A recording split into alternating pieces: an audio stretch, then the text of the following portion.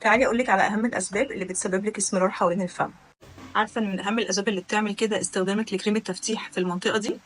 تخيلي، لأن كريمات التفتيح معظمها بيكون فيها أحماض عالية جدا والمنطقة دي حساسة، أو إنك بتستخدمي سيروم فيه ريتينول أو فيه ساليسيليك أسيد أو في أي أحماض مقشرة حتى لو خفيفة في المنطقة دي، فالأحماض الزيادة في المنطقة دي بتسبب لك التهاب، والالتهاب بيقلب باحمرار وتصبغ ويعمل غمقان حوالين الفم. كمان لو بتحبي تاكلي أكل سبايسي كتير أو أكل فيه أملاح كتير، في كتير بيبقى عندهم حساسية من الحاجات دي، مش حساسية إنها تظهر في جسمك، لكن المنطقة دي بتتحسس لما بتاكلي أكل فيه سبايسي أو فيه بهارات كتير أو يكون فيه أملاح كتير، فالمنطقة دي بتلتهب بيحصل فيها إكزيما وتقلب بتصبغ وغمقان. كمان لما تيجي تغسلي أسنانك والمعجون يجي في المنطقة دي وبيعمل لك التهاب، وبرده الالتهاب بيقلب تصبغ، عشان كده لما تيجي تغسلي أسنانك اغسلي أسنانك وبعدها الغسول بتاعك مش العكس، عشان الغسول يشيل بقايا معجون السنان اللي اتبقت وترسبت حوالين الفم وانت مش واخدة بالك.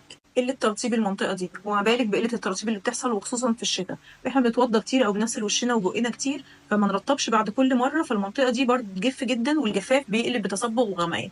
عشان كده لازم ترطبي المنطقة اللي حوالين الفم أكتر من مرة خلال اليوم. وكمان للأسف بيبقى في حاجات جينية حسب طبيعة لون بشرتك وطبيعة جيناتك، بتبقى المنطقة دي أغمق شوية هي والشفايف من باقي بشرتك، يعني اعرفي السبب اللي مسبب لك اسمرار حوالين الفم واهتمي بيه كويس.